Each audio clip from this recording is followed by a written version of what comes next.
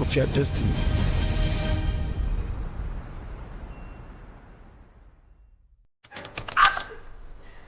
Missing cook you out. And I don't know yes, sir. what am I done?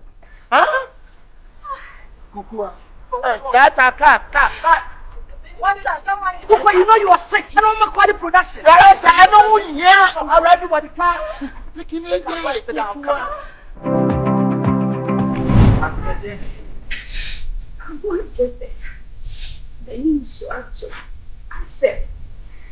It is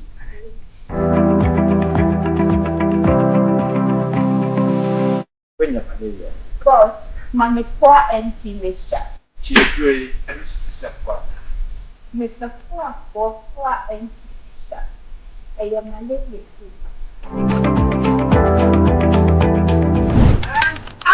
I see I'm making. You see, I'm no problem. That's the first time I'm going to I'm just so happy. Wow. You sure you feel so happy? Yeah. Oh! Alright. Now, what did it for you for this year? Yeah, but shit. P. 4 NT mixture. And Mr. Evan and John.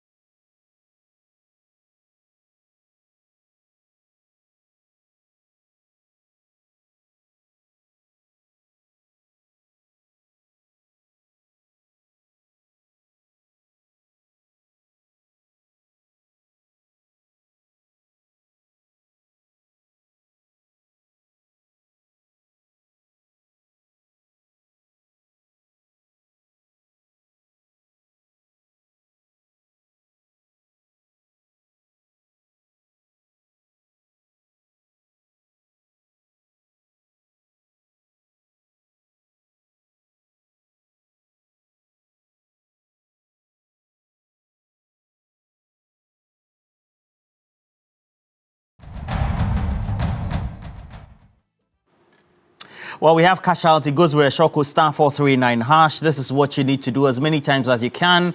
Increase the number of tickets you have. Become one of those lucky winners. And as always, please, we're with you. And as you do that, you become lucky. Let me say good morning to all of you. Edmond Combat, Managing Director of the Tema Oil Refinery, great guy.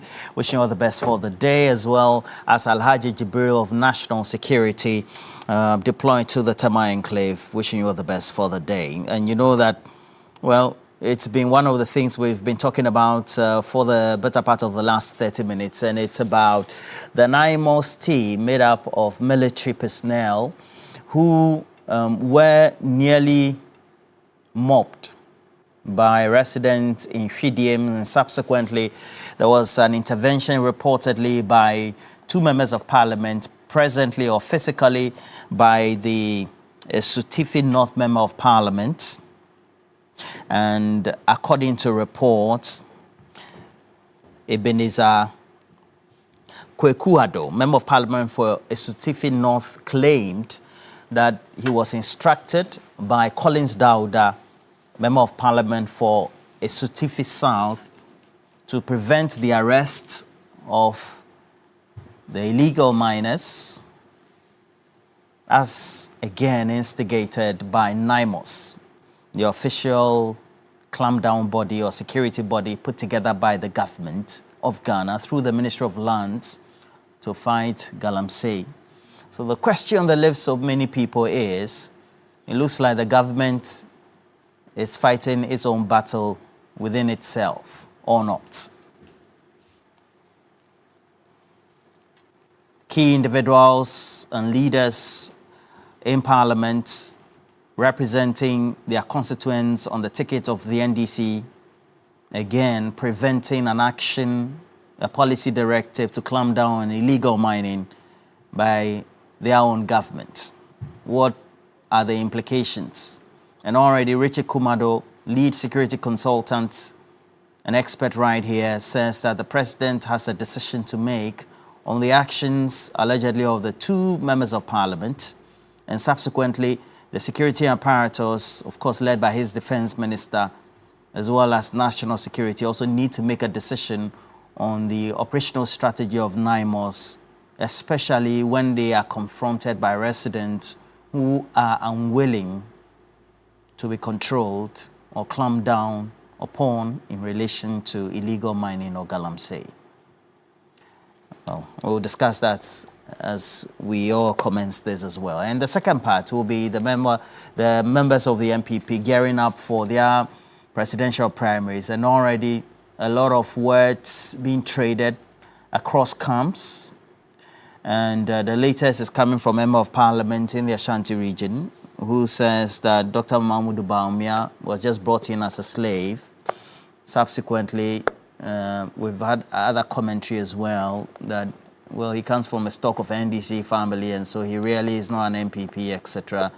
And as well as the tribal and regional diatribes being traded across camps. And the question we're asking this morning as part of our second topic is, should we not be doing away with tribal as well as regional sentiments when it comes to the narrative for politics in Ghana? And how do we make sure this doesn't go on, so to speak? So quickly we'll begin the discussions thereof. We'll be joined by some key individuals. Dr. Bernard Tutubuain will be joining us already with the United Party.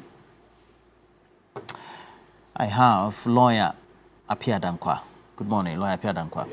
Good morning. Are you still on legal vacation? No. Okay. You've resumed work. All right. And so if you have the incident, we'll just take you through the incident as it is. And so far, I'm sure you've also followed the issue, lawyer Apia Dankwa. And according to the reports, allegedly, the members of parliament of Esutifi North, he came there physically, and the excuse he gave was that he was instructed, the member of parliament for Esutifi South, that will be Collins Dauda, to prevent the arrest.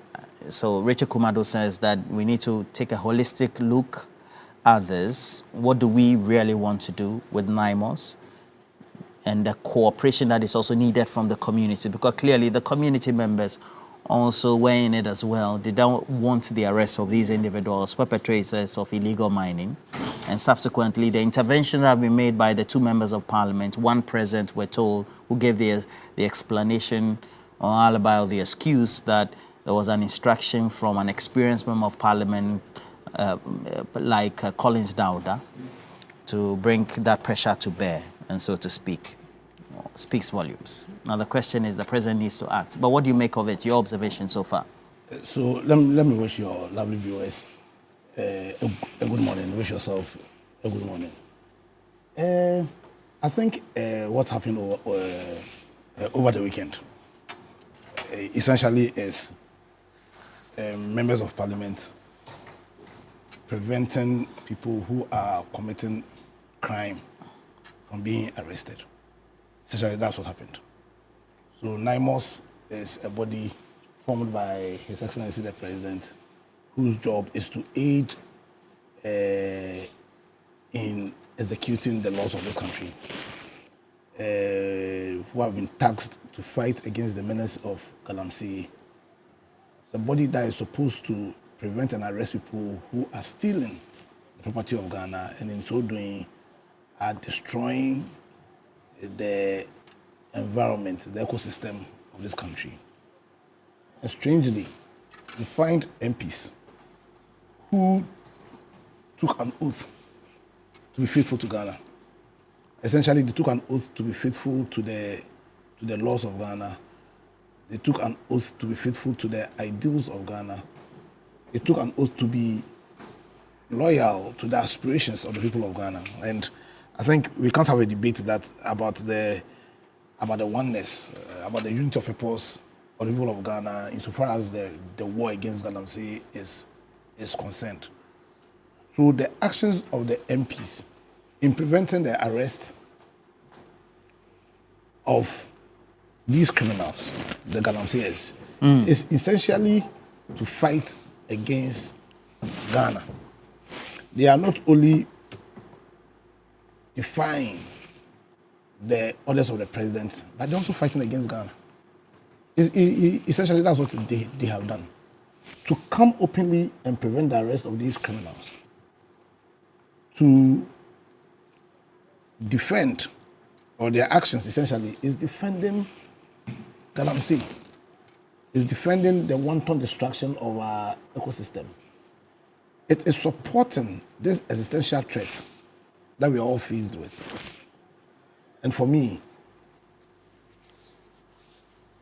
I think if I call for their impeachment, it will not be far-fetched.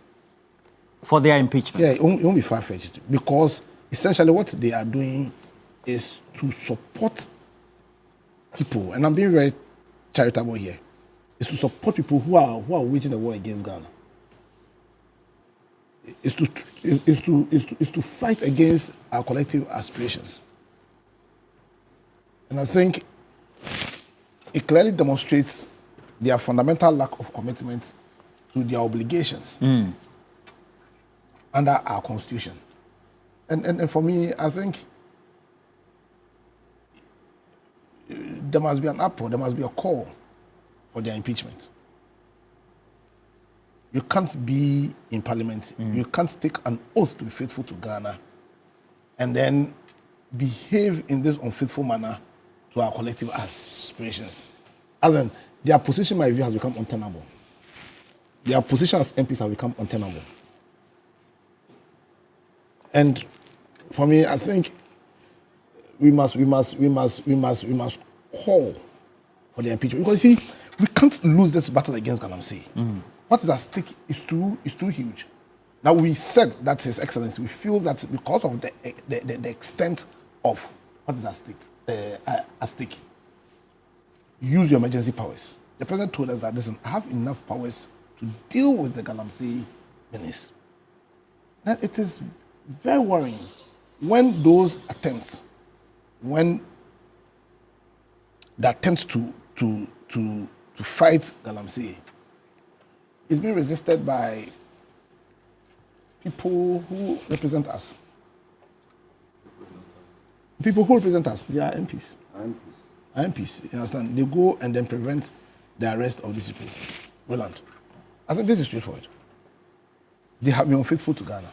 They violated the terms of the oath they took. And I think, my view is that their position as MPs have become seriously untenable, and they must be impeached. So at what point, welcome Dr. Bernard Tutubuain. Okay, so what first needs to be done by the Speaker of Parliament, and then of course the President will have to take an action. They are key members of his party because they are on the ticket of the NDC in Parliament, of course voted also by the constituency in those areas. You know, I think is Article 99 or Article 97? 97. Article 97. That's the removal of An MP. of an MP. Clearly, as in, we can let's go into the constitution. If you have your constitution here, let's go into it immediately. And you see, for me, Article 97 must be revoked. They've breached the terms of their oath. You see, on the eve of 6th January, they took an oath. One of the critical oaths they took was that they were going to be faithful to Ghana. Is that not the case? Yeah.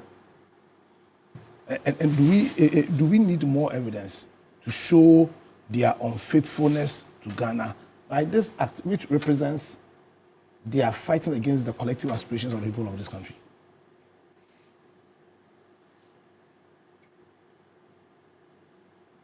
You understand? You see, I've said time and again that for us to sustain this as a democracy, then as a people, we need to build a culture. That political culture must be one that will tolerate diverse views, but most critically, it must be a culture that will hold political leadership accountable. Our leaders must understand that there will be consequences for their actions. You understand? And that the power of the world is power that really belongs to the people. And that we give those powers to them for a purpose.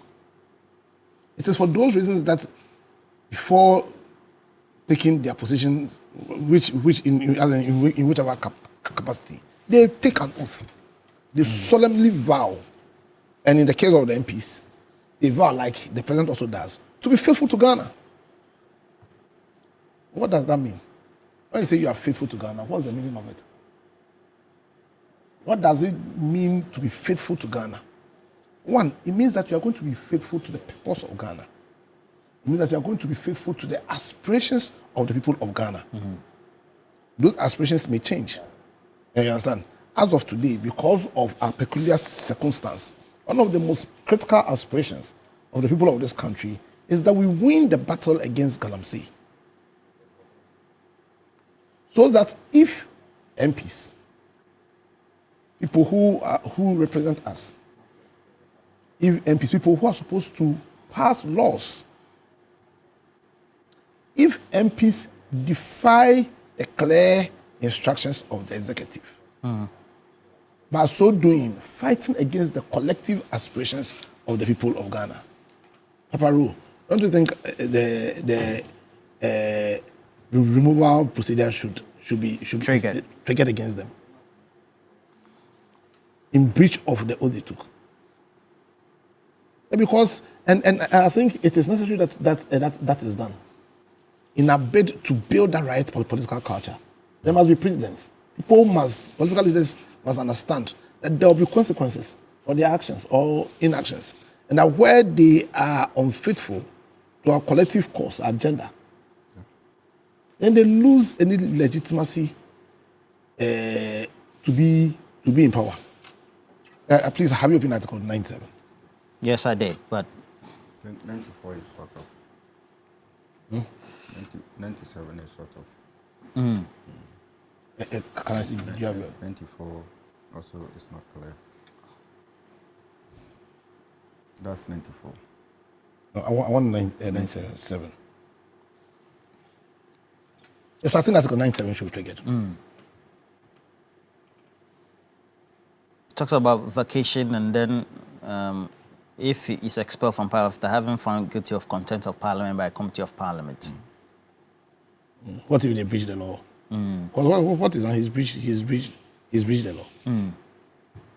Those decisions will have to be taken by the Speaker of Parliament Yes. on the direction of the Parliament. Yes. You understand? Speaker. Yes. And I'm saying that, so for example, as in, what offense is more serious than violating the terms of your oath? Because in the oath they take, there's also a clause that says that should they breach any of those terms, then they are going to submit themselves to the laws of Ghana and suffer pain as a result. So if you breach the oath you take,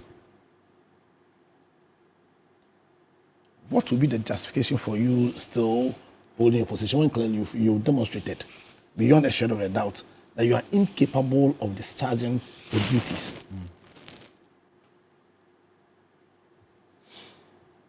Because when you read Article 69, it says that where the president breaches his oath is one of the grounds for impeachment.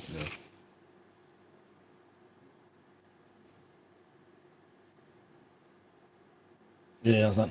So for me, I think that what they've done is very serious. You have MPs who are defying the authority of the president, and we must not take it lightly. I think they must suffer the ultimate consequences for this. Dr. Susubwai, Papa Ro. you observed all the happenings in Shidim. Yeah. Ahafu. And then also now the revelations allegedly of the involvement of two members of parliament who apparently were supporting the communities from preventing the arrests because NIMOS then had tried to apprehend.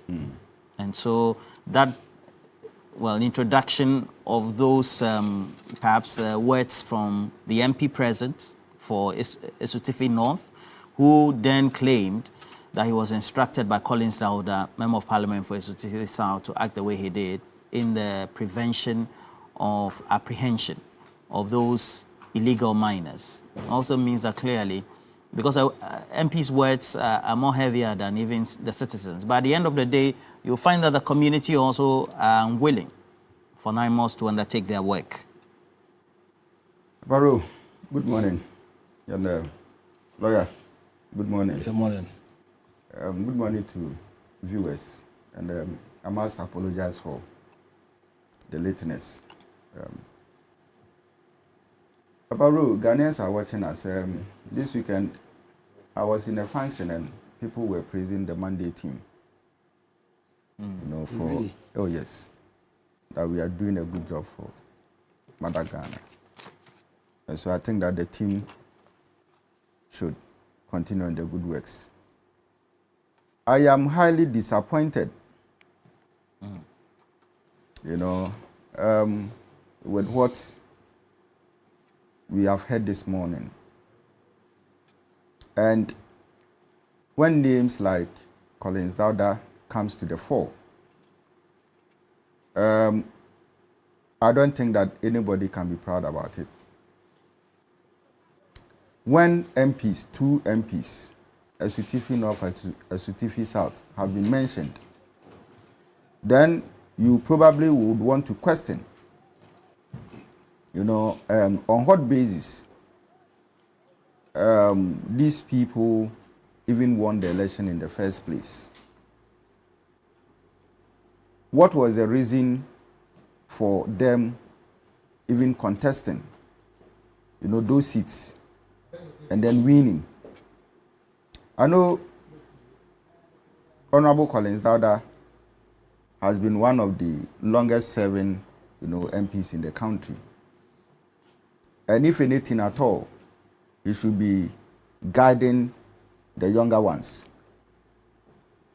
But if you are instructing a new guy to go and act in a way that is distasteful, you know, to Ghanaians, something against the fight that we are fighting as a people, I don't see why that should be done. I think that I stand on all forces with what lawyer said. You are in solidarity. You side with him. I side with him. Why? That the impeachment processes should begin. This one is not about evidence. It's not about the fact There have that to be investigations, right? Oh no, me, I don't. Sometimes you see some of these things, it takes a long time. And lawyers, what do you even say? Justice. Delay the justice denied. You see? And so by the time we are setting committees and all these things, is it not the same people who, is it not the tax who confess and even mention their names? So if the very people who were working for you have cited your names, what evidence do we need again? The only thing is that Speaker of Parliament should be bold and trigger the relevant, rules and regulations within Parliament.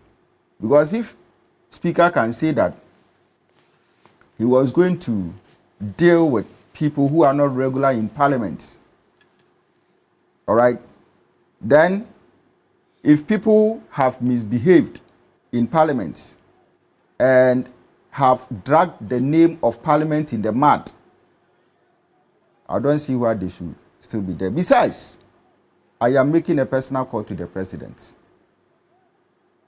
This one, it is a personal call from Dr. Tutu Buahi to His Excellency that if anything at all, if he wants to leave a legacy for Ghana, if he is fighting Galamsey, this one is not politics. Please, my audience, don't add political twist to this. I know the president is doing so much to fight Galamsey, but this is a critical moment that would define his readiness, his commitment, his willingness to deal with individuals, who are caught in the web of Galamsey.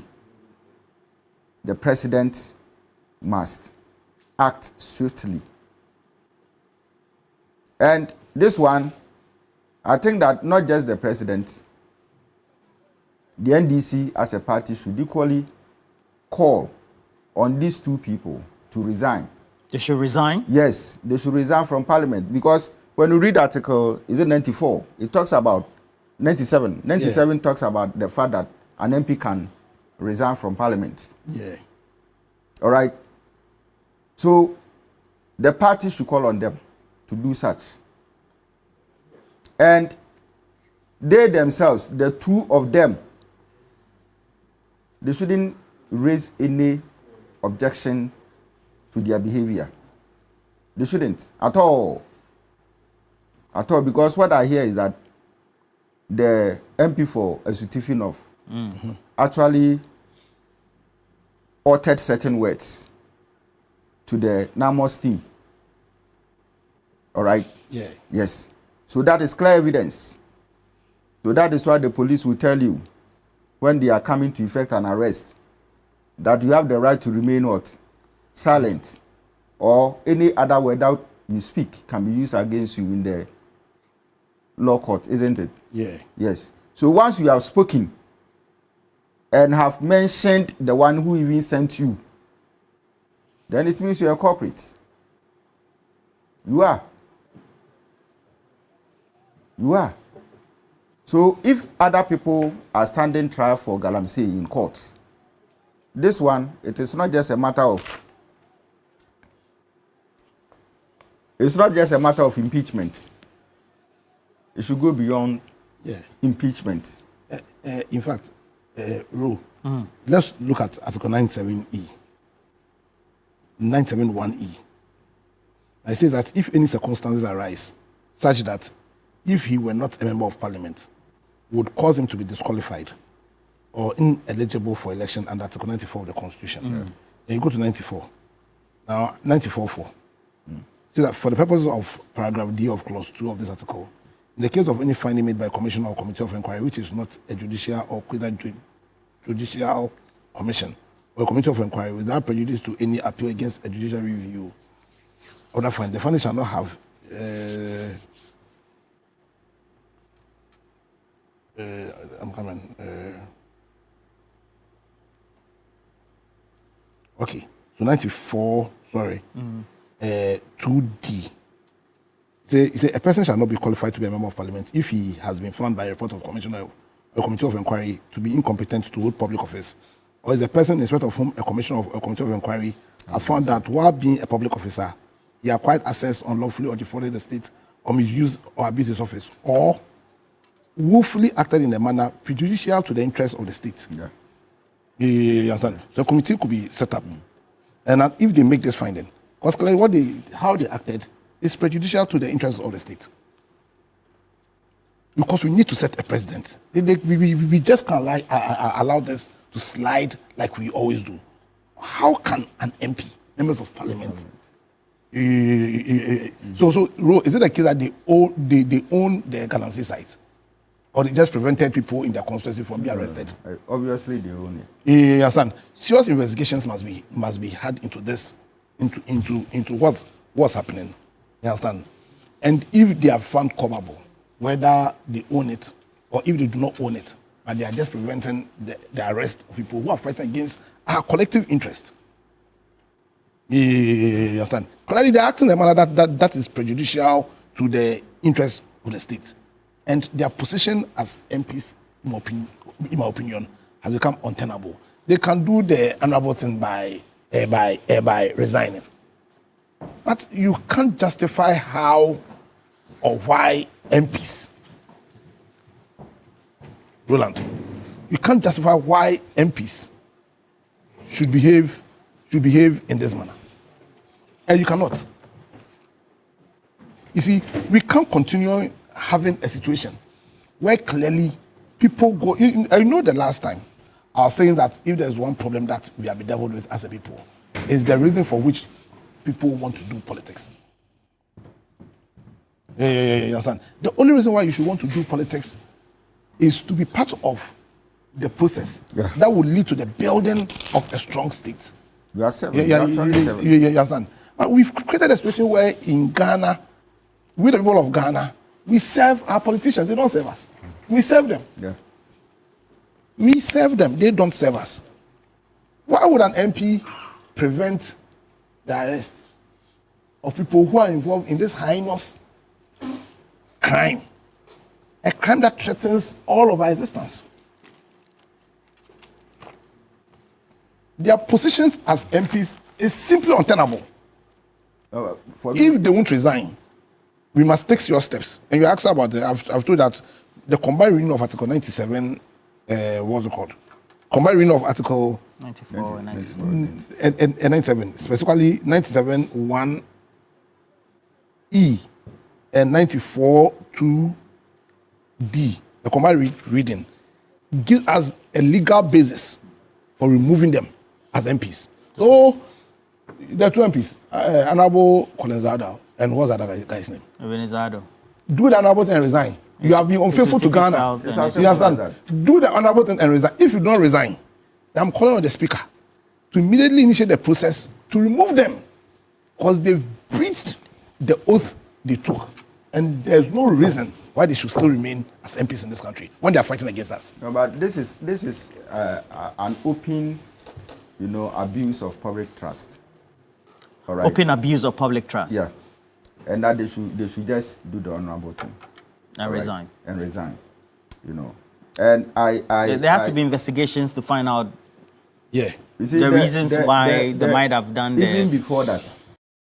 The intervention. Even before that. Yeah, can I call it intervention? Even before that, no.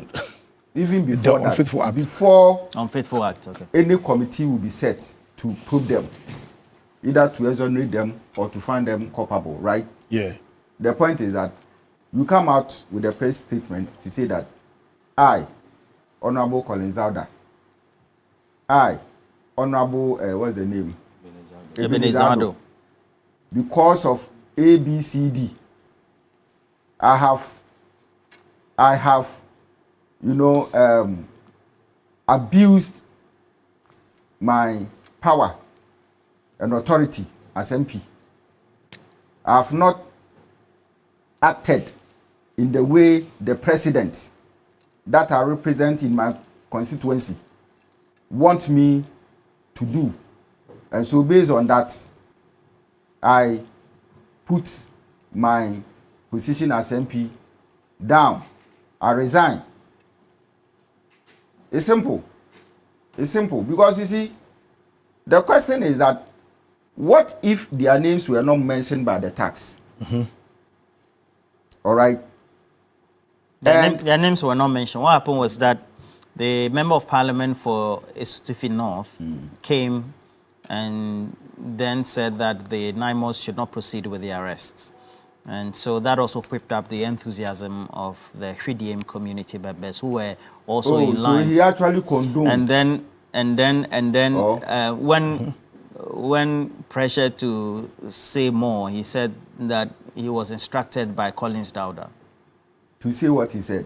No, yes, to come and intervene the way he did. And say what he said? Of course, he said what he said. That's on his own. Okay. In Akan, you see, Ohene Kwasia Mpeni, Eka Sama Yetino, Chami Nyansani Ano. So, for me, the verdict is clear. If you have a mentor who has probably told you something, go and say ABCD, okay, or go and intervene, and then get these people released. And then you say certain things that will betray the man himself, and even mention his name under pressure. Then it means that there is more to it than what we are hearing. Well, Leonard says that never condemn a man before his head. Even if a man is caught in flagrant delicto, that will be red-handed, he must still be heard through investigation. Let them be investigated and let justice be done through the heavens. He is a lawyer. Yes. So he is talking committee. Right? Yeah, that's what lawyers do. But you see, per their own language, justice delayed. Justice delayed, justice denied. Yeah. So that's what I stated earlier. So the point is that by the time you said committee, 3 months, 6 months, some negotiation talkings will be going somewhere. Is it not somebody who is going to write the report? And that same report will come in defense. All right. But I also quoted the police law, which says that when you are caught, you have the right to remain silent. Silent, isn't it? If anything I can say, what Hene Kwasia, Ekasa, Yetini, Chami, Nyaseniano.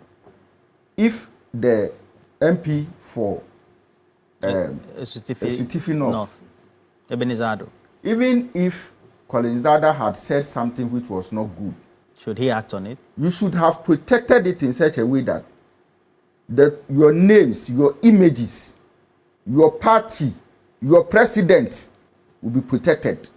You don't expose them this way. You don't do that. So, which means that you probably went there exercising certain authority and power just to betray. Well, another lawyer says that there's a legal principle or the altering pattern. Yeah. Listen to the other side. So we cannot sit here and condemn everybody so much. Oh, me, I'm here. I'm here. And I'm... Well, he says that he's airing his opinion. I am speaking my mind and my opinion to the people of Ghana. Because the fact still remains that when the president is spending millions of cedis to fight Galamsey, you are in your constituencies supporting Galamsey. And this is evident by your own speech, what you said. I didn't speak those words for you. Or is it the fact that the media also wrote something which cannot be confirmed? So if you have said it, then we are talking committee. What other evidence do we need apart from what we said? All right. So tomorrow he'll come back and say that That is not what I meant. Is that not the case? That is exactly what is going to happen. And by the end of the day, you see, other people will have that kind of energy, that kind of motivation, that 2 MPs did this. We didn't do anything, so we can equally do same. And you see, me, I've said it. When Honorable Amabua, we met him at Sumenya in a UTAG meeting. When it got to my turn, I said that I appreciate everything that he's doing. But I should convey this message to His Excellency President John Dramani Mahama that the day he will consider removing Amabua from that position, that day he will lose the fight against Galamsey. My second thing is that message to the president was that on that day was that if the president doesn't deal decisively with people who are caught in the act of Galamsey, including his own party members, he will lose the fight against Galamsey. My third point was that if the president doesn't fight Galamsey within his first 2 years in office, the third year he has lost the fight against Galamsey. I don't understand. You don't understand my third point? Or all the 3 points? Yes, the president, that part. Yes, if the president doesn't fight Galamsey within his first 2 years and bring it to sleep, okay, the third year he will lose it. Because in the third year, likely campaign periods, and you are gathering momentum, you don't have so many eyes to go and fight Galamsey. So a lot more people would enter. Number 2, you are looking for people to vote for you. So if you are not careful, that can equally affect your chances. You understand? And even in an election year, if you are fighting Galamsey, trouble for you. So that is why he's supposed... I don't understand. You mean election years you don't fight Galamsey? You will fight it too, but you lose certain votes. Okay. All right. You understand? So areas where you feel that they are going to cause problems for you, like a Stephen North, make decisive decisions and put, the activity to rest. All right. And so me, I believe that, look, this is, yes, if you want to go in terms of procedures, you'll be talking committees. That's fine. No, but all everybody's saying is that they should be heard. And that it's not, it's the MP who mentioned Collins Dowda, and so there has to be investigations to find out properly reasons why he undertook the intervention, and subsequently the mentioning of Collins Dowda. Interventions are you talking about? The prevention of the arrest. That was an impediment. They were putting impediment. Who undertook the impediment? Yes, we were putting because okay, fine. I understand the intervention, but because that's what most of them are lawyers and who are calling. But for me, what I believe is this: yes, probably he was actually appealing to a higher authority in the person of Collins Dowda, and probably he knows that when the name Collins Dowda is mentioned, all other things will come to rest. Okay, all right, that's fine. They should be heard. But again, any committee that is constituted should also ensure that they are defending, Ghanaians. They are defending the people of Esuitifi North and Esuitifi South.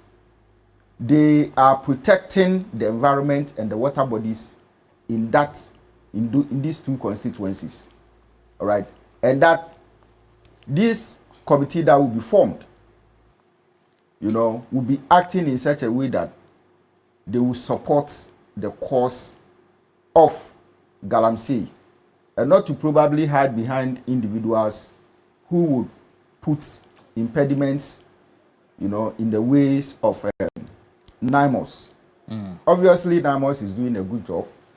Yesterday, I went through, Swedru areas, and I got a chance of seeing that water plant that was shut down. I think that for now, things are coming to normal. all right, even though it is not that... Is it Kwenyakon? Around Kwenyakon Waterworks, yeah. Is it, even though it is not so clear as it is supposed to be, but I think that, yes, it is improving. The color is improving. All right, so if NAMOS is doing such hard work, you know, to protect the interests of Ghanaians, they must not be derailed. At all. All right. I have Dr. Kweku Boahen. He is an associate president, Ghana Watch Initiative.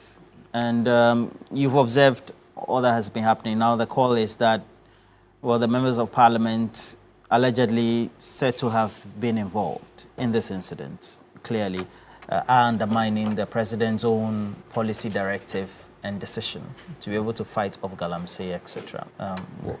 What's your general observations so far? Let me say good morning to your viewers, and then good morning to my people back in Amasaman, the Amasaman constituency. And then good morning to the incoming flag bearer of the MPP, Honorable Kennedy, in Japan. He's doing a good work out there. He's the incoming flag bearer? The incoming flag bearer of MPP. Okay. He's going to be a very good leader for the party, and we know. And we'll talk about MPP next, so perhaps. Okay. So with what has been happening with being SUTFI, precisely Whidium, it's been something that has been going on for a very long while. If you know that enclave, and then these young men who have been with Colin Stauda, and then other members of parliament that have been there, the Salifu 11, and then all that. They have been people. I forgot about those ones. These are young men. I've been there. I know how they operate. Colin Stauda's brother, Naba, Naba. And then his boys. Those Salifu 11, and then they say you do whatever. There are a whole lot of groups.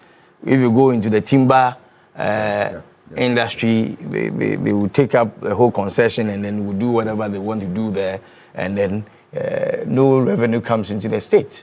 And so it's the same thing that is going on with respect to the Galamsey thing. I've said it over and over again that I believe that the government, if we have to fight this whole Galamsey issue, then the presidency must exhibit the political will and clamp down on some of these things. It was a good thing that NIMOS was there trying to do their recognizance thing that they were conducting, trying to find a place where they will set up their base and all that. And then lo and behold, they see excavators working in some of these areas. And they approach them, and then what happens next? They want to apprehend them. Then Ebenezer Addo comes in and says, listen, you may have to leave our boys for us. And then do you see the security threat that this thing caused? He brought in as many as almost 600 young men who were there and then were ready to assault the police and then the soldiers. I don't know if you've seen the visuals. They're community people. Yes, the community people. Yeah, so what do you mean by 600 men? They are community members, and they benefit from, we all know that they benefit from the illegal mining, and so are preventing their compatriot from being arrested by... Which is not supposed to be the case. True. Because are you trying to say that you would prevent people from being arrested? Okay, fine. Today is Galamsey. The next day it will be somebody assaulting somebody and killing the person on the spot. Will you do the same thing? Or is it because... Listen, if we are not careful and we don't sit well with this whole Galamsey thing, it is not going to go well for us as a people. Because listen, I was just checking the pricing of gold today. A kilo of gold sells at $129,000. Do you know what this means? What's your point? My point is that it is going to be very difficult for people to walk away from illegal mining. This illegal mining. But we are resolving that it has to be clamped down. The pricing, my brother, the price of gold today, when Danko Akufo-Addo was president of Ghana, then it was $59,000. And even then, we found it very difficult to clamp down on Galamsey. And today, that the price of gold has gotten to $129,000. Are we sure we'll be able to fight this? It has to take a political will of the presidency to clamp down on this. And then it is very bad that members of parliament who should know better, who should, we can't cite Honorable Collins Dauda here. Because he wasn't at the scene. Because he wasn't there. It's hearsay. It's just a hearsay. It's just somebody saying that, listen, I was sent here by Honorable Collins Dauda. But for Ebenezado, for him, he has to face the music. He has to dance to it. Because you, a member of parliament, going against an institution that has been set by the presidency to ensure that illegal mining is clamped down. And then you go there and then you tell them to release people that they have arrested. It is bad for us. This is bad press for government. It is bad press for government. And we should not, under any uncertain terms, condone some of these things. We shouldn't condone some of these things. He should face them. I don't even think there's a need for... Yes, I don't even... It's enough. I don't even think there's a need for any committee to be set here. Because he was at the scene. He told them to just release the people because... 2:1. 2:1. Oh, but I don't really think that there is a need for any committee to be set in this regard. No, the lawyers who are watching us are saying that no due process. We should hear the other side. The due process they are talking about probably would come in if it has to do with Honorable Collins Dauda because his name was mentioned and then he was not there. He was not at the scene. So probably we can look at that one. But for Ebenezado, who went there and said, listen, release these people. And even to the detriment of the soldiers that went there, the people were there to assault them because they had the backing of the member of parliament from the area. And it is bad for us. I think government should act well. No, but Roland, the point still remains that you cannot act in such an immature way. Excuse my word, okay? Mm-hmm. Okay, so I say immature. I want to move on to the next one. Yes, immature in quotes. All right. But you see, he should have known that he represents the president. He represents parliament. So why on earth would you stop a whole, force that has been set up by the president himself? That's what the issue is. And prevent them from performing their core mandate. Mm-hmm. Why? That's what the issue is. No, see, I understand you, but can there be a reason why the principles of the rule of law must be defied? No, he is actually disgracing the president. I understand. All I'm asking is that, can there be a reason why due process, which is one of the fundamental principles of the rule of law, can be violated? No. So listen, I understand that we are all very, as in agitated by their actions. You understand? But for me, there cannot be any reason that would justify why the fundamental principles of rule of law. All right, cancel. We spend 130 minutes on this. Okay. When in actual fact, you put granules into your mouth. You spend enough time, so you let's. All right. Dr. Bernard Tutubwa is a man of proverbs and riddles. Is it the last one was a riddle? I can't even tell. Or idiom. Anyway, so let's talk on the second subject, which is in the camp of the MPP. They're gearing up for the presidential primaries, and a number of things just being said. But again, before I move on, let me just read this one from the National Service Authority. It's coming from a Director General in charge, a Deputy Director General in charge of Finance and Administration, Donko Fuseidi. Good morning to you, Mr. Donko. And there was a caller who said that National Service hadn't been paid for 3 months. He's making the correction. They've only not been paid for September, and so are owed only a month. And even that will be done this week. And subsequently, they do the processing for October as well. And so, Mr. Fuseini Donko, Deputy Director General, Finance and Administration, National Service Authority, bringing that in. Thank you very much. And with that, also helps a lot to clarify. And with the MPP, you will know that a number of actions are being taken. I heard Kennedy Japan telling the church over the period that they also need to be interested in who becomes their leader as well from the other camp. They've also been, again, based on what the utterances have been from their spokespeople or those who tend to support the camps, trading diatribes towards each other, so to speak. We've had a member of parliament who had made a statement. Subsequently, he's also issued a statement as well, clarifying that it's been misconstrued in many respects.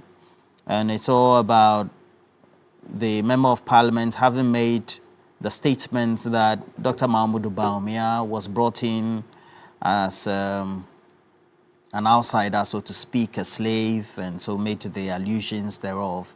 And Kweku Asante Boateng, who is a member of parliament, has clarified that his statement was misconstrued, was being misinterpreted.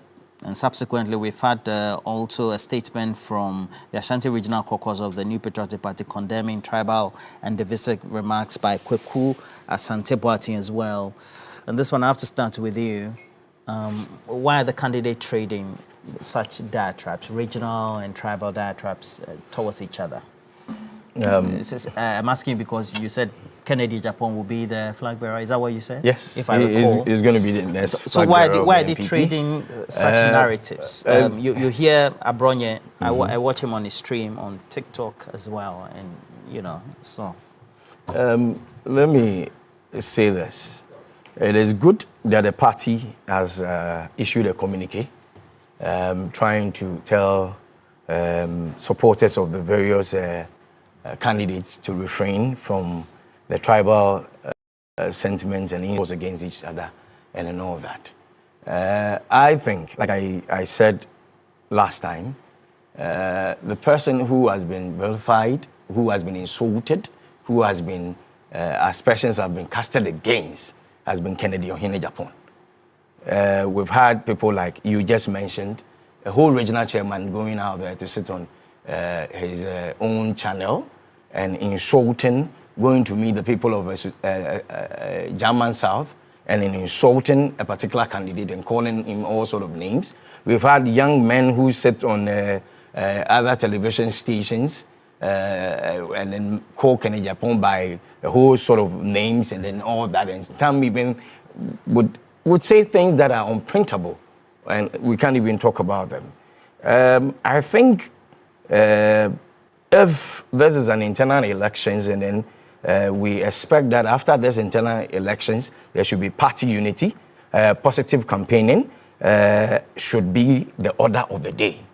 Okay? Okay. So are you saying that the order of the day being positive campaigning should only happen post this primaries? Is that what you're saying? No, I'm saying that should be the order.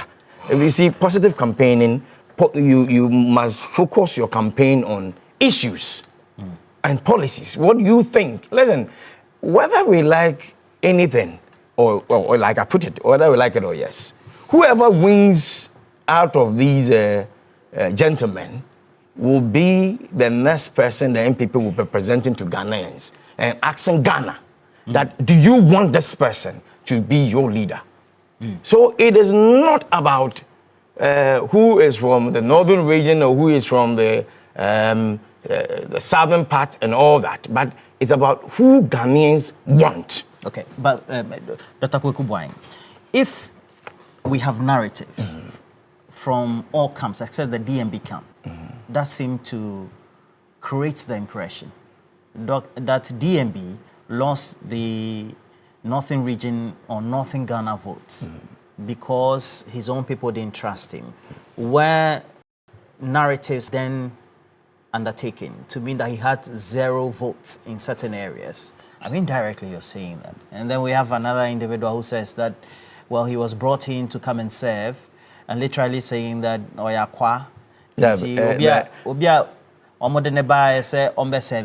the end of the day, he's done his service already. For somebody who has been a vice presidential candidate, has been the vice president of the party, and so you can say that for 16 years. Is it 16 years? Yes. Yeah. For 16 years. Has been very close to the That- party. that is- has occupied executive position in Ghana in association or having been associated with the MPP as a result of that. Say that he's not a member of the party. That clearly is calling for jabs to be thrown by their camp as well. Listen, Dr. Mahmoud Bawumia, a very nice gentleman. He served the NPP in the capacity as a running mate to Nana Dankwa Akufo-Addo, then later becoming the vice president of Ghana. He's paid his due. Okay? But then in our party, there are structures. You are in MPP. I thought you were here. Oh, please. Please go on. Go on. In your In party, the NPP, in your party, there are structures. There are people who have served the party. There are people who have been in that queue, have been there. Okay?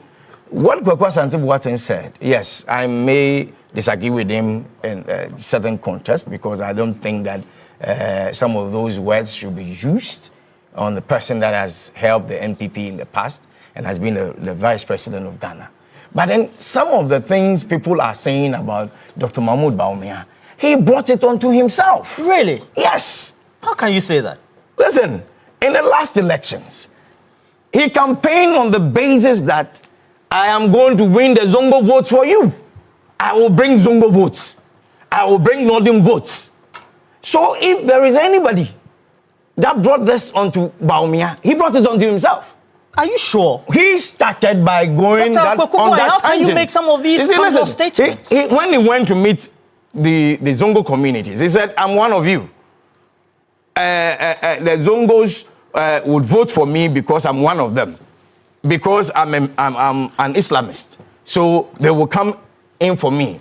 And when he went up north, he told people that, listen, vote for me so that I become the next president of Ghana. If you vote for JM, it will take him just 4 years. But if you vote for me, it will be 8 years, right? That's what he said. And then so he started this whole tribal. Dr. Mahmoud Bawumia started the Dr. Kwekubwa. Is that what you're saying? I'm telling you on a and so it's, that he started this tribal. So the Kennedy camp, the Bryan camp are all throwing jabs at him?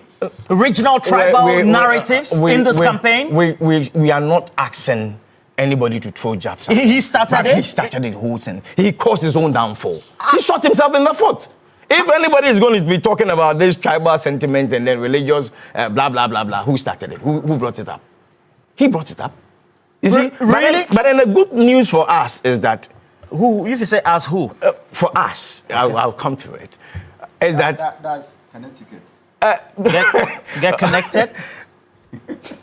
The incoming flag bearer of the NPP. Who is the incoming flag bearer? Honorable Kennedy Ohene Japan. Okay. He's out there not throwing jabs, but telling people about his policies, what he would do. Ken says that I want to industrialize the agricultural system in Ghana. I want to bring in a whole lot of industries that will create job opportunities for the youth. Ken says that, listen, I want to decentralize the ministries that have been all crowded here in Accra, so that they will find themselves in other regions. Ken says that, listen, I have the political will to train as many as 1,000 businessmen to help Ghana. He says that, listen, me, I'll be truth-telling person, and then I would uphold accountability in government. He's out there preaching his message. That is a good thing for him. If you have followed this whole thing, this whole primaries thing, you would realize that he is the only candidate out there that is talking about what he would do for Dr. Mahmoud Bawumia too has been doing that. Brian the Champion also does that. In response to whether he's created industries or not, Dr. Mahmoud Bawumia said that they brought one district, one factory. They were also able to create a number of jobs. So that's also a sharp response. So that response from Kennedy Japan, whether his campaign message is industry focused or not. That is. So are we going to say, like they're trying to make everybody believe that everything that Danko Kufuor did that was successful was done by Mahmoud Bawumia, and that everything that went bad was done by I'm surprised he Kufuor. shouldn't take credit for it. He was the vice president for 8 years. He being the vice president, there were other ministries, there were other ministers that helped implement some of those things. The main focus He was head of the economic management team too. I don't even want to go there. Let us not go into that one. You see, Please end for me. Dr. Wekuba, you seem to have come here well fired up. End for me. I don't want us to go into those economic things because if he goes out there and telling people that we didn't do things well, we apologize for the wrong things we did, then it means that he's admitting that things were not well, things were not good under his leadership. So I don't even want to go there. But and I am saying, and I'm going to say it here, that Kennedy Ohene Japan is going to be the next leader of the NPP. And then definitely the grassroots, the people out there are ready to vote for him. And then they are going to vote for him. Very interesting. You had a member of parliament in the Ashanti region. Well, what do you make of it? The party has come to condemn it, but subsequently we even have another youth group from the Ashanti region condemning it as well. I mean, certainly not very good. He says that Dr. Mahmoud Bawumia brought it upon himself, but that's not same. Right? See, I think we need to have a frank discussion here. When we talk about issues that borders on tribalism and regionalism, then you are talking about things, especially when it comes to the regionalism issue, that goes to the very DNA of the New Patriotic Party. What about regionalism? I think I need to start this discussion first of all by condemning in no certain terms the words of the MP. Because when you talk about tribalism, it cannot be a political strategy. Tribalism is a national canker. It's a canker that needs to be nipped. Right now, I wouldn't say in the bad, because strangely, it seems to be to becoming a very serious issue in our country now, and so the words of the MP ought to be condemned. Also, I think, let me quote scripture here. Which part of scripture? Galatians 3:28. Now, Galatians 3:28. Galatians 3:28. Paul wrote to the people of Galatia, and he said that there's neither Jew nor Gentile, neither slave nor free, nor is there male and female, for you are all one in Christ Jesus. So who is a slave? Dr. Bawumia is not a slave. He certainly not. In fact, it is. So there's no Jew or Gentile. Angry. You see, we must be angry collectively where another human being terms any human being, no matter whatever personal issues you have with that person, as a slave. I beg you, let me finish. There's neither Jew nor Gentile, neither slave nor free, nor is there male and female. For you, Doctor, please, don't be disruptive here. You see, the reason why we are doing politics is to build a country. And we need to build a country on the right principles. And one of the fundamental principles in this system that we have chosen is in the equality of all human beings. So there should not be anything that suggests that anybody is a slave to anybody. Well, he said his statement is being misconstrued or misrepresented. Please let me. He said, "How is it acquire?" Listen, use the word acquire, slave. Let's condemn it. Don't let us be hypocrites here. Let's condemn it in no certain terms. Listen. Let me finish. Now, however, you see, we need to understand that. I beg you, let me finish. We need to understand that when it comes to those issues that borders on regionalism, then you are talking about issues that goes to the very DNA of the MPP. Now, you see how the MPP tells us that they're a party that has a tradition. Now, that tradition is not a tradition, or in fact, they say that their tradition is what? A Dankwa, Dombo, Buzia tradition. That's what they tell us. That's what they tell us. Indeed, in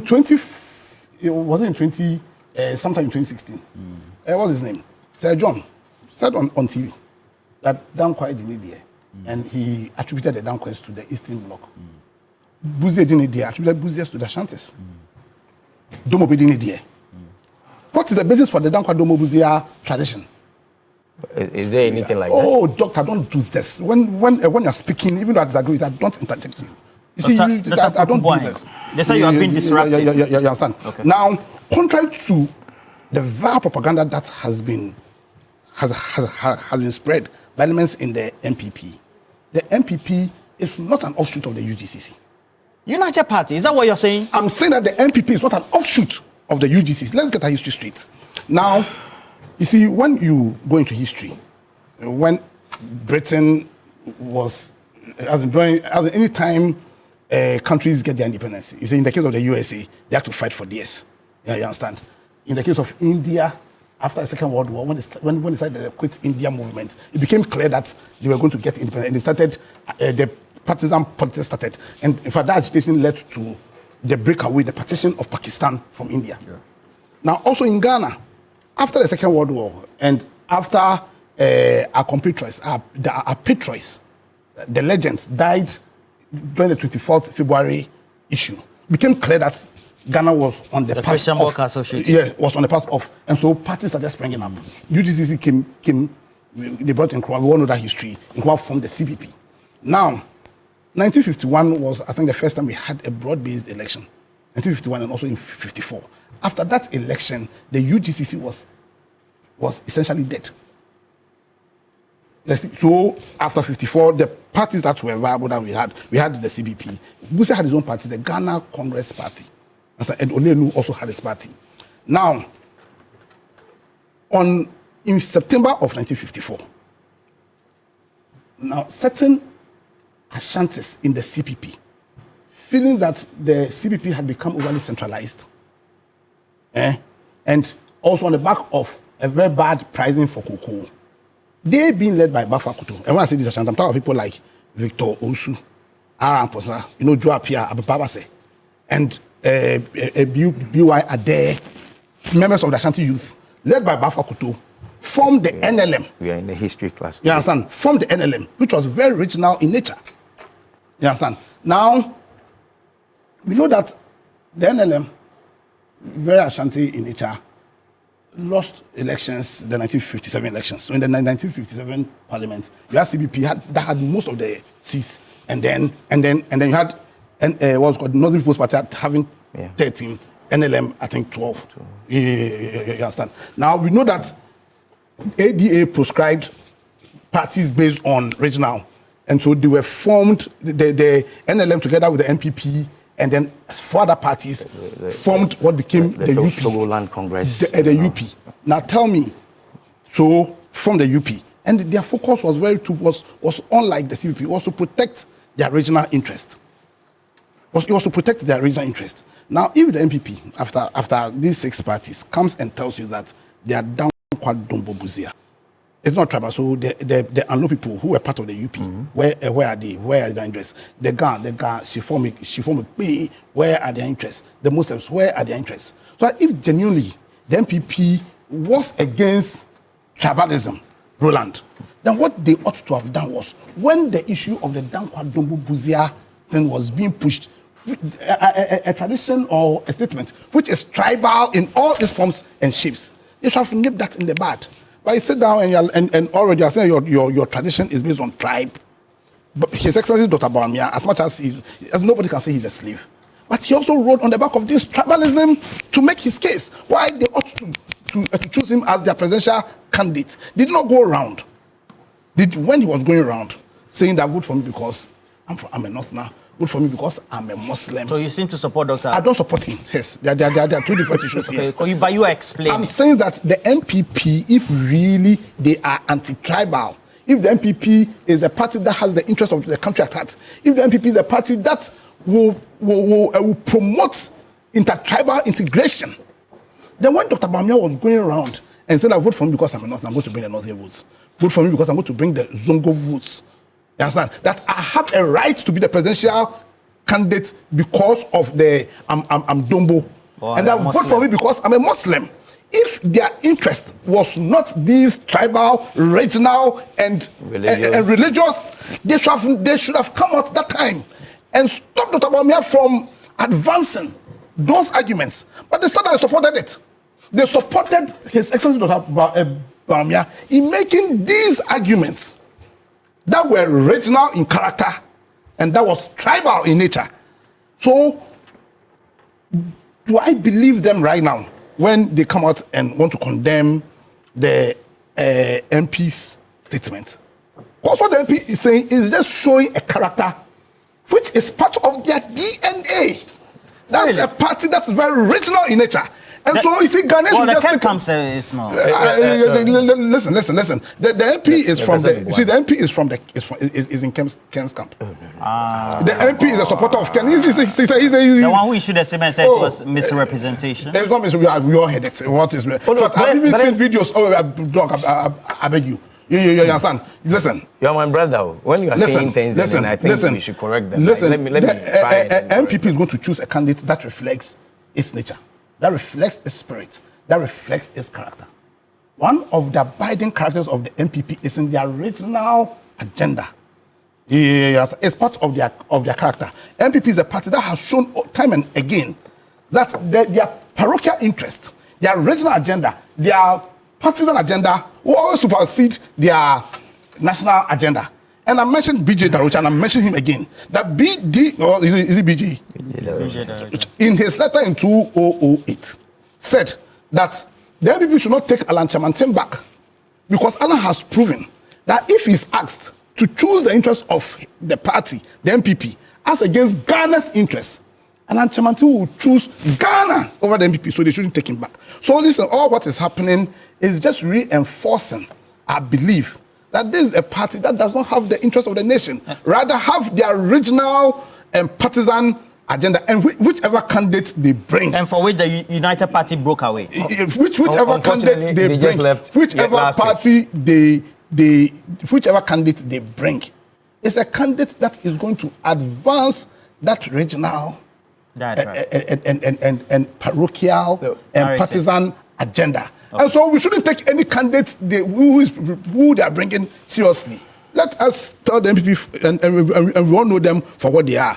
This is a party that is regional Dr. and that is parochial in nature. The MP has come to explain a statement that his words or statements on that subject matter were misrepresented or the interpretation was wrong. But how do we ensure we foster this nationalistic approach in the narrative when it comes to the campaigning? Because once in a while you see that it erupts. Doctor, no. The time, boy, yeah, you that be more manenkasa. No. I promise I'll give you the last word. No, I want to. No. Please talk. I just want to listen and 1 minute. Okay. What the specific word that he used. What he used, or what Kwekwa Santibuatin said was that in Dr. Baumia was paraphrasing what he said. Dr. Baumia was brought in by Nana Dankwa for a purpose, and when he brought him, he told the party that he was bringing him in because of the economy and all that. And then he said that just like in a Akan traditional setting, say ohene yede enipa ba mamu besomo no no sum no wi a wasum na wi no enkyere say akonwa no eto a say or nipa na yede ne ba besom ohene no na che so di ade enye yi oyakoa no that is what he meant. That is what he meant. One can say Debut ono ankasa enkyeremu no per his own explanation that you can pick a slave or somebody who is not related to a throne, bring him or her to serve a non-royal. Okay, a non-royal.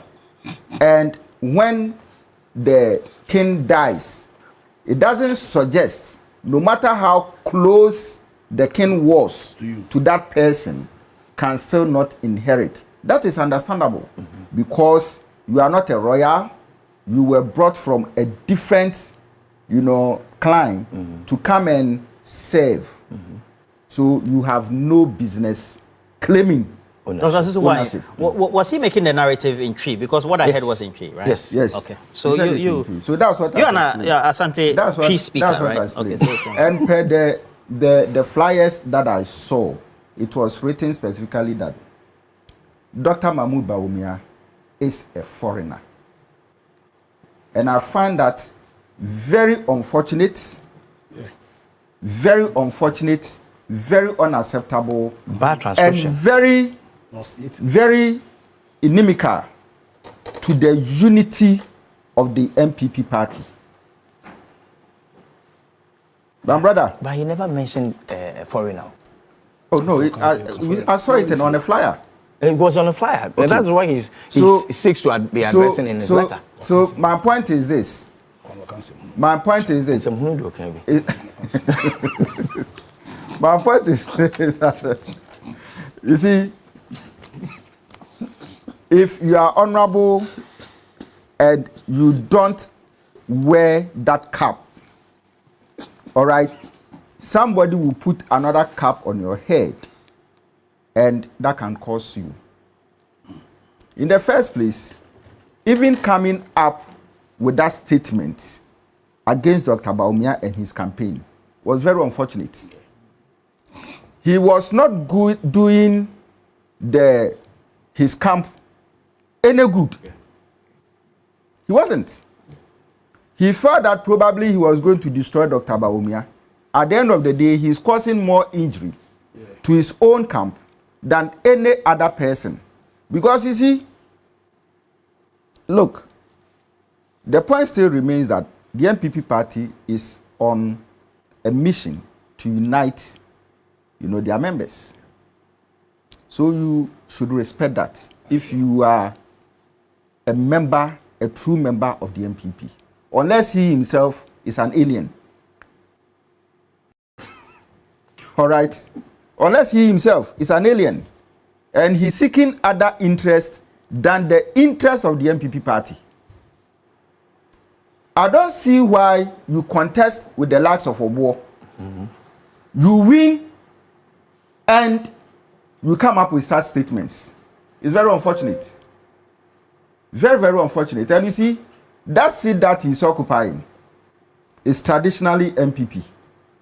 And the people in there, if he doesn't know, I know by now he's aware that the people are not happy with him and whatever he has said. Roland, let me focus on certain things that probably inflame certain persons or politicians don't really know. Okay. And the fact is this, it is based on a study I have personally made. Okay. All right. That ethnocentric political communication, can only influence voters, but cannot actually determine electoral outcome. Okay. So at a point in time, they will listen to you. They can be influenced. But when it comes to decision making, when it comes to changing their behaviors, it will not in any way. And let me give you an example. The late President J.J. Rawlings was a Voltairean, isn't it? Yes. J.J. Rawlings? Yes. Volta? Kufuor and Ashanti. Kufuor, Jack. Kufuor, yeah. JDM now. Nothing. He's a Dagomba, isn't it? No, it's a Gonja. But it's nothing. Okay. That's JDM? Yeah, JDM. Atamils, Fanti. Yes, Fanti. Oh, I can't know. Fanti. I don't know. So the Fantis. Okay, you're talking the tribe. Yeah, tribes. Okay. Now you see, let me end here. And then Nanado, Achim. Take the 92 elections. In fact, every ethnic, constituency in Ghana, almost all of them, J.J. Rawlings won. That was then? Yes. 96, what happened? I think 96 was 56%. Yes. You understand? But what happened? Go to Central Region, he wasn't a Fanti. You got it. Greater Accra, what happened? You see? Would same hold today, looking at the current demographic? I'm coming in there. All right. Now you see that even up to now, okay, JDM in 2024, what happened? Massive. Meanwhile, prior to 2024, his own campaign team were playing ethnic cards. What happened? So if Ghanaians were going to vote along ethnic cards, do you think that JDM would have survived? He's just a Gonja. What is the percentage of the Gonja population in Ghana? Okay. But for me, I think that that's why I said that it doesn't win elections. Yeah. So if you are basing your political arguments on ethnic lines, it is very unfortunate and it is very shameful.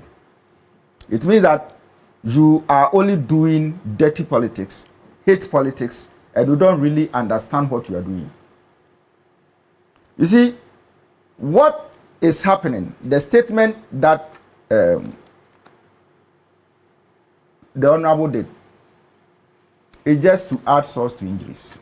Really? And create more divisiveness within the MPP party. Some say he was only stating a fact, and that what are the facts? What are the facts? And that the MPP derives. What are the facts? And that the MPP derives its large votes from Akan-dominated areas, i.e., Ashanti region. We have the Eastern region. You see, we also have the Bono areas. yes. So Get some so fancy Akan. votes, Western votes. But in the recent elections, what happened at Central Region? Central Region is an Akan area, isn't it? Even a half. What happened in even the Bono Western region and Western? You could see that even in Ashanti region, votes reduced. You could see that even in Eastern region, votes reduced. So, you see, anybody that makes that argument in this age and time means that probably you are exposing yourself. You are exposing your weaknesses and other things. For me, I think that if you are a true member of the MPP party, just look at what the NDC did. And brother, don't worry. Me, I'm with you. Oh no, I just wanted to read portions of his statement. Just forward it to me. Please, we are 50 something. Our time is up. Let me read some comments. So please, you see, I am tempted to believe that, look, when you even check both MPP and NDC, all right, this is it. Look at the number of NDC parliamentarians and look at the regional ethnic distributions within it. When MPP had majority, look at the regional and then the ethnic distributions. Even in choosing presidential candidates,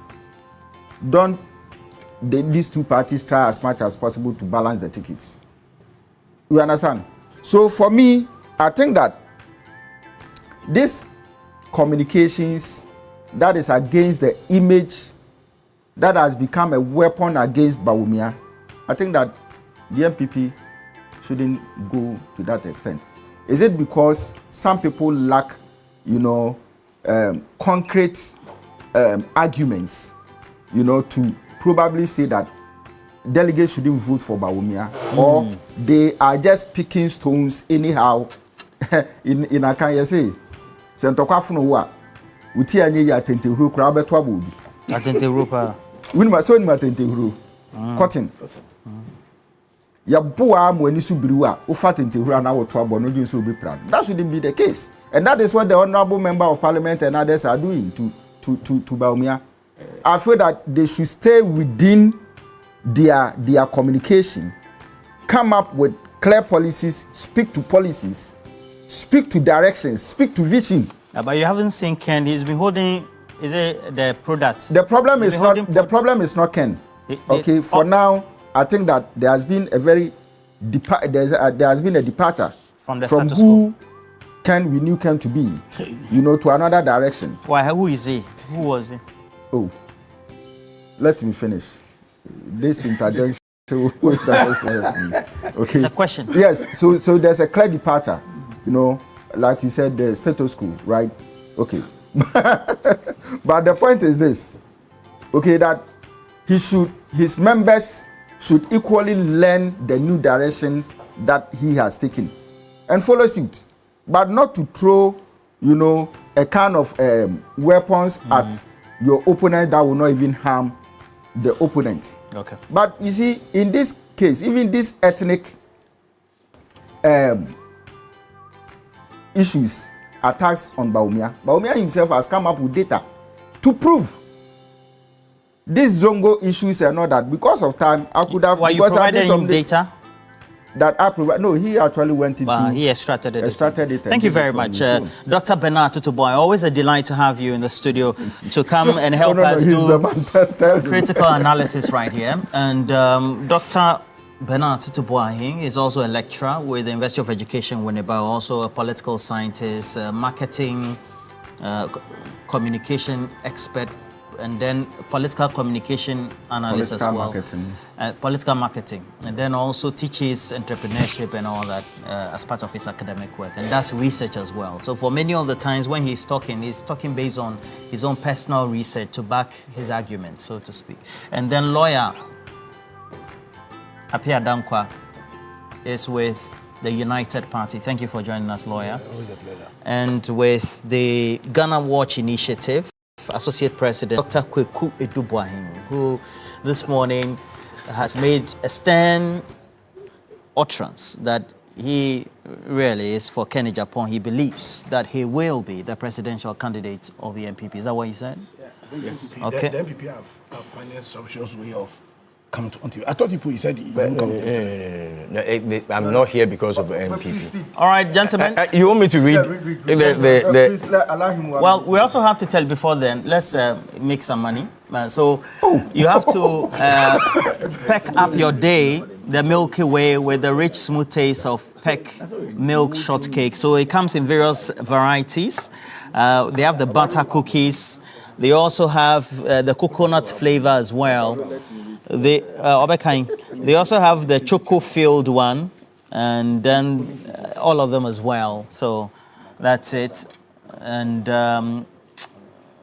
Gwekuban, you wanted to read some. Let me say a happy birthday to you, Kins Eliklim Asari. It's from your dad, Michael Asari, your mom, Philippine, as well as your auntie, Delight, Delcy, the rest of the family as well. Wishing you a happy birthday. You are with Montessori School. Happy birthday to you, Kins, from Gloria, Davina, and everybody else. You wanted to read? Yes. From a little bit of the press statements that he brought out. He says that Dr. Bawumia's nomination as NPP's running mate in 2008 was purely contextual, noting that at the time, the vice president was relatively new to the party's internal structures. That's from the press statement. And then he stressed that he described Dr. Bawumia as a stranger because, which was not a personal attack, but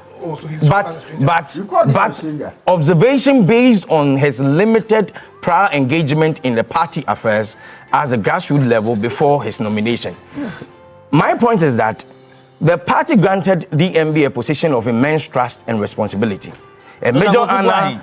If you want to look smart and fashionable, visit any Woodin boutique nationwide today. Woodin is offering amazing collection of authentic African fabrics, all ready to wear, coming in beautiful designs and colors for men and women. And with Woodin, you get to be creative and versatile with your designs. Be confident and show off how truly African you are. So go to a Woodin boutique near you today, and you also get to choose from their variety of trendy products, all meant to complement your style. So follow them on social media within fashion, whether it's Instagram, TikTok, etc. Bridget Otu, you're with the presidency. I wish you all the best for the day. Great lady always. Within Le Créateur. We're taking a break. We'll ride back with the latest sports head.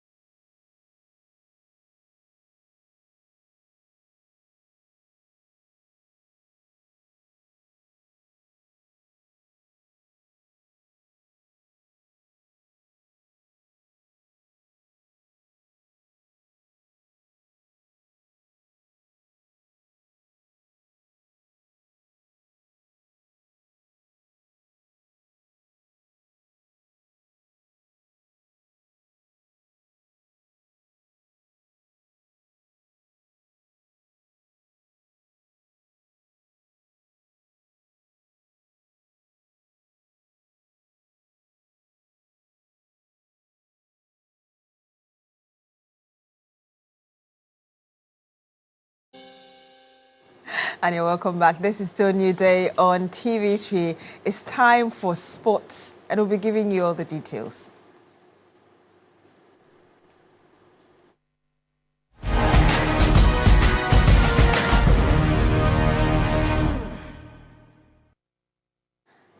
And the Bilishan is here. Hi, good morning, Bill. Hi, Beatrice. How are you? I'm good. How are you? Yeah, I'm great. Thank you. How was your weekend? Oh, really great. My team won, so top of the league. Yeah, I'm not that. too excited about Summertex, really. Oh, it's sad.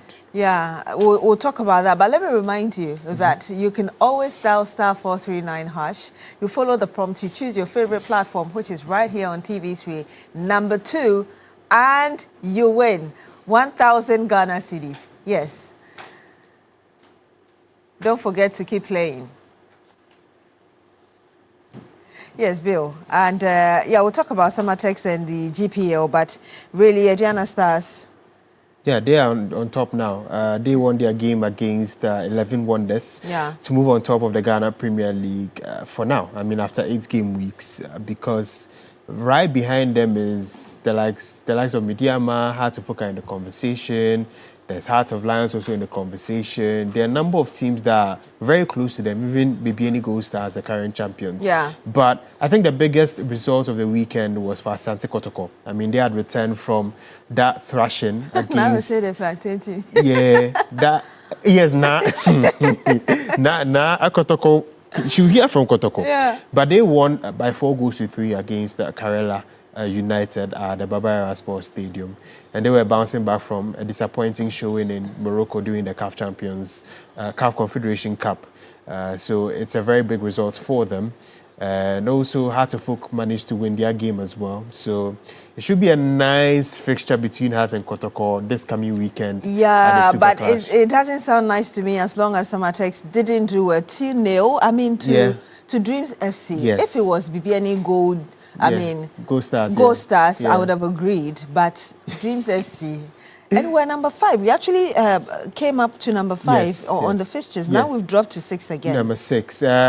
I think Dreams FC were playing at home. Usually in the Ghana Premier League, when you're at home, you're stronger. Most of the teams win a lot of the games at home. So it's not much of a surprise. Maybe when Summertex also gets back home to Summer Boy, they will also get very good results. Yeah, what more do we need to know in terms of the results? So I think, from this weekend? so looking at the results, as I mentioned earlier, Asante Kotoko defeated Karela United by 4-2. We have Heart of Oak also winning by 2-1 against Basake Holy Stars. Bekum Chelsea defeated Vision 1-0. Bibiani Gold Stars defeated Young Apostles as well. Dreams defeated Summertex. We have Idiana defeating 11 Wonders away from home. Hoho United drawing 1-1 with Mediama. And then we have Bichim United drawing 0-0 with Nations FC as well. So these are the results. With regards to the table, as mentioned earlier in the show, Indiana have moved on top of the Ghana Premier League table as of now, followed closely by Mediama FC. There's also in the conversation BBNE Gold Stars. We have Heart of Oak as well, who also won during the weekend. And we have some other teams who are fighting for good slots in the Ghana Premier League. It's a very tight start to the league table and to the title race. Yeah, but we know that Ibrahim Tanko and Abdul Rahman have also been talking. Yes, so Ibrahim Tanko, of course, head coach of Mediama, getting a draw in their fixture. This is what he said after that game. But we'll get into that. But what, as I mentioned, the title race is quite tight at the start of the 8 weeks. I think for Mediama, for Gold Stars, for Indiana FC, I think it's going to really stretch. I think personally we have like 5 teams who can basically fight for the title, and we'll see how that will separate. It will separate from each other by the we end separate of the the men from the boys. Yeah, by the end of the first half, we'll see who is most likely to go on to win the league. But again, there's also another tight one with the EPL, right? Yes, not so tight. Not so tight. I mean, tight from the 2nd to about the 9th position, but when it comes to the first position, it's Arsenal. Arsenal on top with 25 points. They defeated Burnley by 2-0. It was yet another clean sheet. 7 clean sheets in a row. Big one for Arsenal. Liverpool snatched their 4-game losing streak as well. They won their game. Yeah, I wonder how he's feeling right now. Yeah, after that draw. But I think the last 4 games for Manchester United hasn't been bad. So at the beginning of the season when they were losing games and there was a lot of pressure on Amorim as to whether he should stay as the head coach of Manchester United. But it seems like they are building themselves back, and I think it's good. For Yannick Sinner, he won the Paris Masters, that is in tennis. He defeated his opponent in the final, and as a result of that, he's moving to the world #1 again because he lost that position to Carlos Alcaraz during the US Open when Carlos Alcaraz won the final against him. But this time, since he's won the Paris Masters, he's moved back to #1. Carlos Alcaraz has dropped to #2 because he exited very early in that Masters competition. Exactly what he said. You lost in the Premier League and in Champions League, but I'm glad we start coming back to the track now, and it's a good push before the very important games against Madrid and City. But it's a very good it's a very important win for us. A great feeling to score goals and win trophy for this such a big club, and it's something I don't take it for granted. I'm so proud and so happy about that achievement. Mohamed Salah there, but Bill, I was telling you earlier that now we'll be protesting. Yes. About Kotoko. Already she's telling us from behind that Kotoko have scored all their goals for the next 2 weeks. We'll see what happens in the Super Clash. But thank you very much, Bilishan, for bringing us the latest in sports. Thank you too. Yes.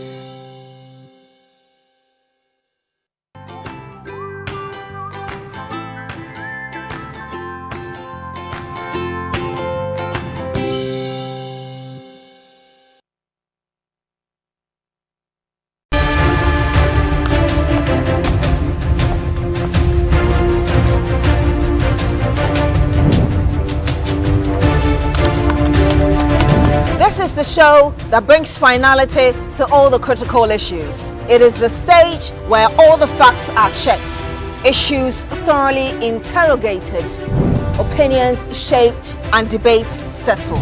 But over here, we do more than just talk. We resolve problems. We hold those in power accountable. We address all the key happenings in society, from politics to health to education to everything you deem important. And we will center the voice of the ordinary Ghanaian. This is the show that sets the agenda. Agenda now shows on Tuesdays at 9 p.m. on TV3. TV3, first in news. When the sun rises, there is hope. While this hope lingers on, the citizens look up to the government, the economy, the national development agenda, and everything in between. On Ghana Tonight, it's our utmost priority to bring you insightful conversations on the economy, break down the biggest issues while setting the agenda for transformation and national development. The big and important stories are treated from the human interest angle, while the facts and the figures are painted with precision. So now, let's cut the convention and start the conversation here on Ghana Tonight. I am your host, Alfred Okamsi. Ghana Tonight shows Monday to Friday at 10 p.m. on TV3. Brought to you by Flamingo Paint. Superior durability, superior hiding, superior coverage, simply superior. Kel Charcoal Toothpaste.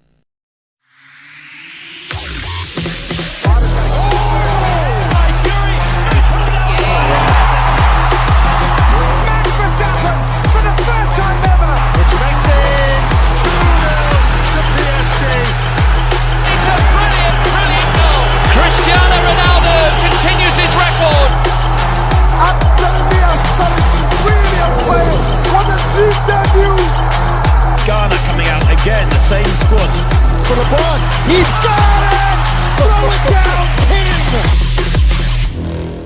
Sports Station shows on Mondays at 9 p.m. on TV3. Sports Station is brought to you by Club.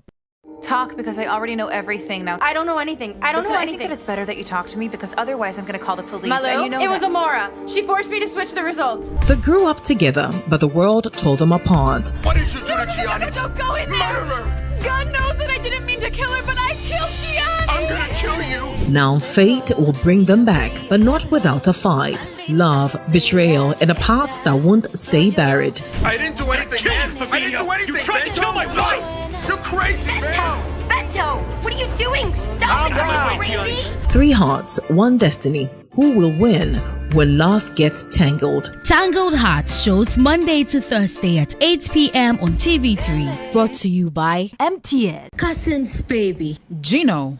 Pomo Tomato Mix. Smirnoff Ice. It's more than a TV show. It's where life comes alive. A party every weekday at 1 p.m. A masterclass in living your best life. A feast for the senses. A concert right where you are. Up close and personal with your favorite celebrities. Front row fashion, no ticket required. Your crash course in style, skills and self-care. Fitness that feels like fun. 2 hours of the best experiences life has to offer. Delivered to you in the convenience of your home, workplace, school, or hangouts.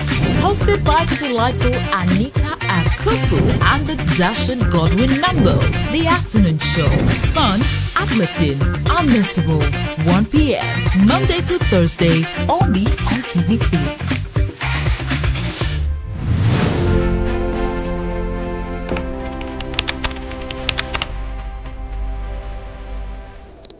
Every morning I wake up with purpose. They say experience comes with age. I say it comes with daring to start again and again.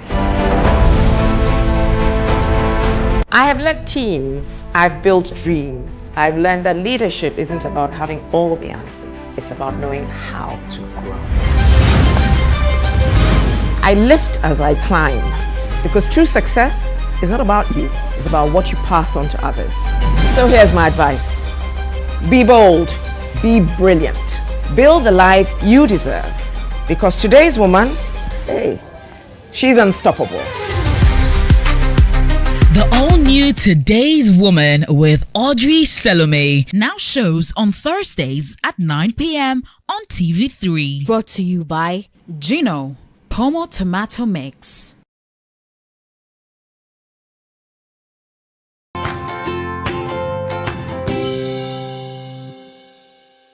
And you're still here on New Day on TV3. We're here to talk to you about some medicine that would help you. And you're actually looking into herbal drugs that will help you boost your immune system, among others. I'm joined in the studio now by Dr. Met Ohene Kwabenasafo. Exactly. He is a medical doctor, quality consultant at Kantanka Herbal Pharmaceuticals and Research Center. And I know you're also the general manager for this same organization. Sure. Yes, and as you can see, we're talking about Emulate Herbal Supplement. Yeah. And first of all, perhaps if you can start by telling us how long it took the late Apostle to research into this before establishing this company, first off. Thank you very much. I would use this opportunity to actually thank our viewers and also all the workers at Kantanka Herbal Pharmaceuticals. So Apostle, the late Apostle, that's Kantanka of blessed memories, is somebody who is particular about nature and protection of that value, because that is what makes us. And herbal medicine is as old as man, okay? So his direction was, as far as we are eating, drinking, breathing in, you would get ill. And to sustain this body, you would have to go deep into what made this body into existence. So because we are from the soil, you need herbs to sustain this particular human body system. So after several years, i.e. 15 through to 20 years of researching into herbs, he came out with a unique, I always call it a global product called the Emulate Herbal Supplement. And this was through a lot of research and with data and science, he went ahead and registered it with the Food and Drugs Authority and established, I'll say, the only well-established herbal pharmaceutical in Ghana. And when we had WHO delegation coming through to our end, they established that throughout Africa, they had not actually seen a well-established herbal pharmaceutical, emphasis on herbal pharmaceuticals, which is committed to good manufacturing practices like Kantanka Herbal Pharmaceuticals. And indeed, this is supposed to be organic plant medicine, right? Exactly. If you can tell us the vision behind that, beyond what you said earlier. So the reason why we are doing organic plant medicine is because if you take substrates, when you take any food substance, because there's an organic body, it's the organic substrate that sustains it. So I'll go a bit deeper. So if you take glucose, glucose is from carbohydrates. If you take proteins, it will break down into amino acids, fat to fatty acids. So these are the substrates that you need. And this human body is very intelligent and very powerful. That's why the substrates and what our ancestors, our predecessors were actually having were all organic. That is why they were able to live long. And there's a lot of data in science. You can go deep into Ayurveda in India, go to traditional Chinese medicine, go to naturopathy in Europe. All these disciplines, which are part of complementary or alternative medicine, are all for nature, organic substrates that protect nature, the DNA, which ensures that that value is passed on from one progeny to another. So that is where the organic substrate comes in, because without an organic substrate, you can have other synthetic forms, but because it is a natural extract, it syncs well with your biosystem. So that is what, through data and science, we believe helps in healing and longevity. So somebody will say that you're a medical doctor. Why are you promoting herbal medicine? Okay, so I would say way back in medical school, that was when I was exposed to herbal medicine by the late Apostle. And I must say it was a very difficult and trying times for me, because coming from a discipline where you are practicing conventional medicine or dealing with allopathic drugs, and again and again, I was looking for what we call conviction points. So these conviction points comes from data and science. So I went through several stages, and I was given these products by Apostle to just try, because he said, you know how he says his stuff. Now, there's a reason why God gave us this. So I tried it. Instantaneously when I took the product, I was experiencing certain symptoms. I started feeling a bit dizzy, and I was sweating, and I was hungry. So with an inquisitive mind, I was like, no, this product possibly has a drug-lowering effect. This product possibly affects your CNS. That's why I was sleeping. This product has other benefits. Then it means there are actually different active compounds in it. So I decided to then go deep into it. And in science, you drink deep, or you taste not. So after drinking deep into the herbs, I've come to the conclusion with data and science that indeed 40% of all our allopathic drugs are actually from the herbs, from science. So it is not out of place that these multi-compound products are doing a lot. And God in his own wisdom placed all these compounds together to assist us as far as healing and longevity is concerned. Now, there are some black or brown strands, particles in the emulates. Exactly. If you can tell us whether they are safe and why they are so this is a naturally occurring extract. As I said, it's an organic extract, 100% organic, no preservative. Okay, and from the extraction methodology, we made sure we maintain the integrity of the herbs from bush to bottle. And in doing so, there are essential oils in this. There are also water-based compounds in it. All these are plant extracts. Some are called terpenoids. And anytime there are two compounds which have different solubility, there's something we call phase separation Okay, so these compounds are of different forms. So when it sits for some time, they naturally separate and form those strands in it, which is natural.